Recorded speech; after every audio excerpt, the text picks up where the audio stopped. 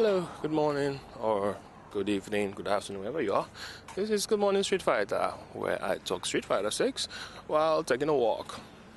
So, today I'm going to be talking about the plain basics, super basics. Like, I decided to make my walks fun, and as I'm walking, I'm talking Street Fighter 6, and everybody's looking at me funny as I walk and talk to myself. But I figured that if this could help someone somewhere in the world to get better at Street Fighter, then it's worth a shot.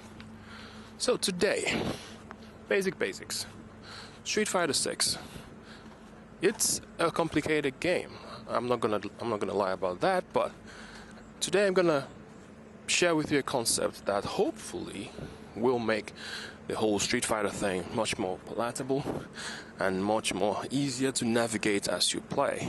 So this series is not for anybody in Master Rank. Let me just say that before somebody come into the comments and be like, hey, I knew that. Nothing new here. It's not for Master Rank players. And this is designed to help Rookie, Gold, Bronze, Wood, and to some extent Platinum, Diamond, and that's pretty much it. So today we're going to talk about the basics, and I'm not going to tell you about punch kick basics. I'm just going to talk about how Street Fighter is very similar to the game of rock, paper, scissors. Yeah, that simple game. For those of you who don't know what rock, paper, scissors is, it's a quickie game that has 3 outcomes that all beat each other in a circle. Scissors, being sharp, will always cut paper, but scissors is not sharp enough to cut a rock. Paper, on the other hand, can cover a rock with the greatest of ease, and rock on its own can only blunt scissors. So cylindric, it goes rock beats scissors, scissors beats paper, and paper beats rock. Now, in Street Fighter terms, this translates to strikes, throws, and blocking. In other words, strikes will always beat throws, throws will always beat blocking, and blocking will always beat strikes. It's that simple. That's basically Street Fighter 6 in a nutshell. Every high-level play, every low-level play, everything boils down to a rapid, consistent games of rock, paper, scissors happening over the course of the match.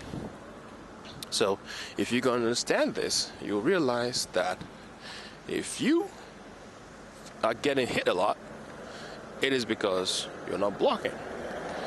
And if you are getting thrown a lot, that means you're not hitting them.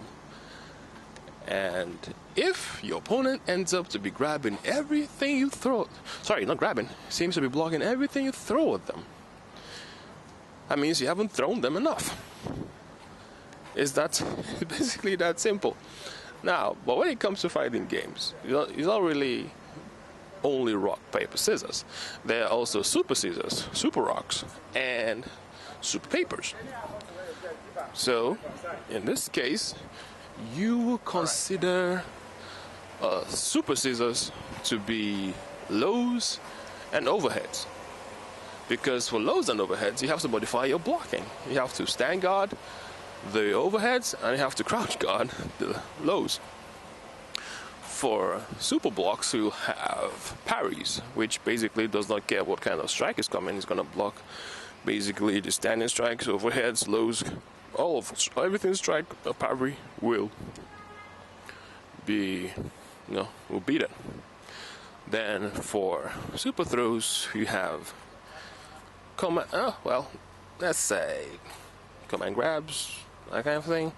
Super throws is not really that prominent in Street Fighter 6, so just worry about super hits and super blocks. So when you can wrap your head around this concept of rock, paper, scissors, it will simplify the game. So, in every point in time, ask yourself, what am I going to play? Am I going to play a rock? Am I going to play scissors? Am I going to be a paper? Which translates to, am I going to tackle? Am I going to block the incoming attacks, or am I going to throw them? Then that builds the basics of mix-ups and 50-50s, because your game, in order to get an upper hand on your opponent, is to make your opponent think that you're going to strike them, in which case they will block, but you will switch it around and throw them.